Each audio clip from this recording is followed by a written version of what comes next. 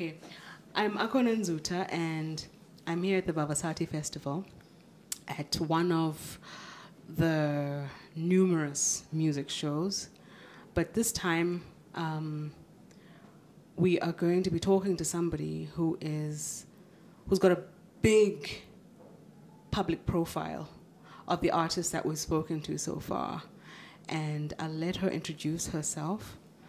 But you've seen my face. I'm the researcher girl. Okay, so see you at the festival again. Okay, so please tell us who you are.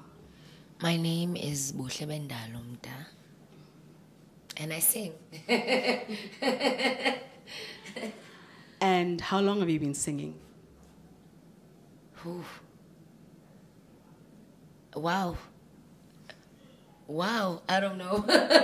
It's been long. I think wow, I've been singing from the age of 8. Yeah, but I only started knowing that I can sing when I was around 15. And when I sang and people started getting all mushy, I'm like, okay, what's happening? And I've been singing with a band called The Soil for over 15 years now. And now I'm singing by myself. Yeah. Right. So when you started singing and you noticed that people were affected by how you sang, where was that? What context? Was it church? Was it family? Where was that? It was actually a memorial service at a school in Soweto called Ditelo Secondary School. We lost one of the students there, so I just went up there and I sang because I wanted to, some people bring flowers, some people bring cards, and some people pray, some people preach, and I decided that okay, I'm just going to sing a song to send my condolences, and wow, everyone was just moved. And I was moved because I saw everyone being moved and I didn't understand what was happening. But as I grew older, I understood that I have a gift that I need to share with the world. And I started receiving songs at a very late age, around in my 20s, my early 20s. I'm exposing my age. My early 20s. That's when I started realizing that I am sent to send a message of healing and a message of home and a message of love and hope to the hopeless. So I'm doing that. I feel like that's my purpose in life, and I'm glad I got it at a very young age where I'm allowed to and have the space to explore on that. So you were talking about a message of healing. A lot of people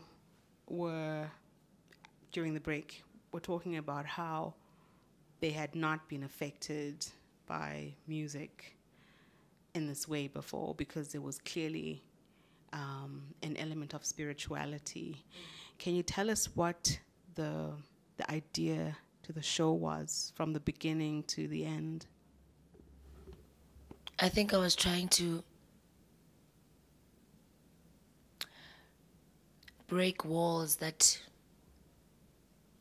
were meant to block us from ourselves.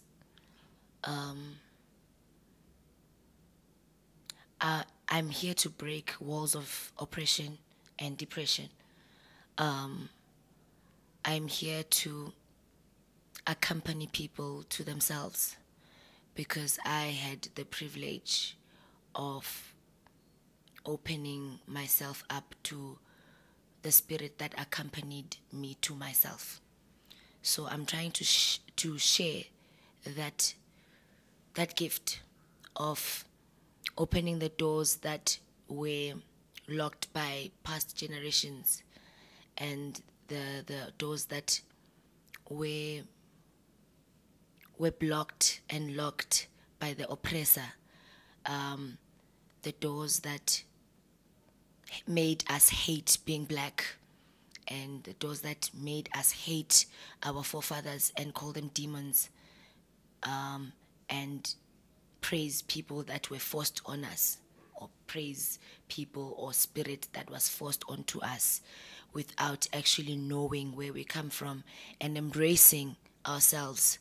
So I hope my music just opens those doors, the very doors that are chained or are closed so much from us, and anima spider webs and trees over them.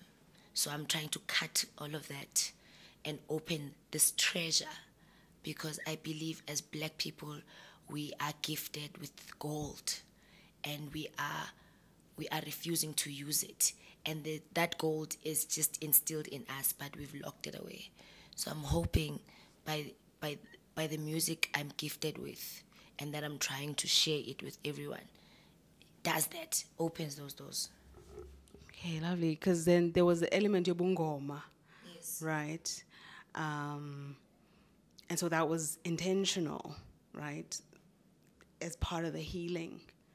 Ngoma kaloku nam, so it's hard to hide that when I'm creating. It's hard to hide that when I'm performing, because that's me, and for the longest time ubungoma was associated with satanic things, and ubungoma was associated with filth, and ubungoma is associated with religious detachment, right. And ubungoma was always tagged as ungodly, right, and dirty and satanic. So I'm trying to make people unlearn, and I'm trying to write a new book. I'm trying to introduce a new book to the black community, especially black people. Abantu bomgquba, abantu abamnyama, abantu.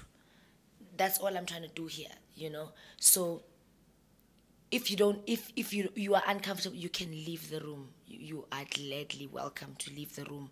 But this is me, and I'm not going to shy away from myself, and I'm going to rewrite what was screwed in our minds and say, that's not it though.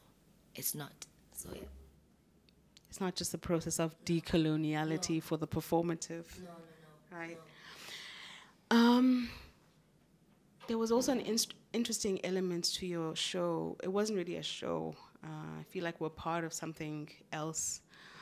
But in the context of this particular festival, you had a 15-man or a 19-piece band, and they were all women. So extra though. I mean, the festival is Vavasati, right. Like, is amakhosikazi. I mean, there is no other way than to be forceful and intentional and blatant, to say we are women and we're here, and this is what we do by ourselves. So do you always perform with that particular band? Yes. Since I've started my solo career, I've performed with women. My media team is women. My manager is a woman. The people that are doing my album sleeve are women. I'm trying my best to create this temple of women and to show the world, because there's so many misconceptions about women not being able to work together, and like the bickering and women are just, no. I'm trying to rewrite this book also on that aspect. Yeah. And so you don't just perform at female-only festivals? No. I love men. Men are beautiful. We are all from God. But I'm not going to work with you, And it's not because I hate men, no. I'm just trying to walk this ladder up with women, because women have been downplayed for such a long time. Women have not been seen, and women have always been next. I don't know where did that come from, but I'm trying to show that we are leaders. We can lead. I'm now waiting for a female president. I'm just putting it out there. We need leaders that are women, and just tease us. Just give us a female president. Yeah. Okay, great. So, is this your first female? Well, it's not really a female festival. It's a festival, and the focus is women. Is this the first festival of its kind you've performed at? Yes, this is my first big performance, I think. Yeah. This is my first big. That's why I wanted to introduce my production at this kind of festival so that I take it forward. And I'm so privileged to be one of the performers at this kind of festival. Like, it's an all women festival. It's beautiful, and having to be one of the acts in this festival means a lot for me. Without even having an album, I just have my name from the soil. Everyone knows me from the soil, and everyone trusted my production and trusted my team and trusted my talent to put me in this festival. So that means so much to me, and I'm hoping it's not the end. Your audience was large, okay? Yeah. But your audience was also male and female. I like that. I like that a lot. Spirit has no gender. And I'm drawn to spirit. And spirit is drawn to me. So if your spirit is moved by my music, you will come to my show. It was lovely because it killed the misconception about this whole festival being just about women or for women and about women's issues. Yeah.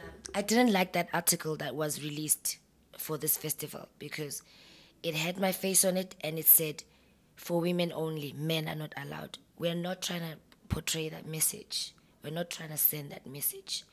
We are trying to send messages of women issues and women problems, but we're addressing everybody because it's pointless to talk to women about women's issues because we're not going to get the solution. It's like talking to the press about apartheid and whatever, It's like talking about apartheid as black people. How is the message going to be spread? It's like talking about homosexuality with homosexual people. You're not sending the message. But if we address issues that affect women in the presence of men and in the presence of other people, the message will be spread. And we'll come with new ideas and share ideas amongst genders and try and solve our problems as a nation. Because a nation doesn't just consist of one gender, Yeah. Fantastic. Okay, tell us about new EP that you're about to release. My single Iwochi will be released next Friday.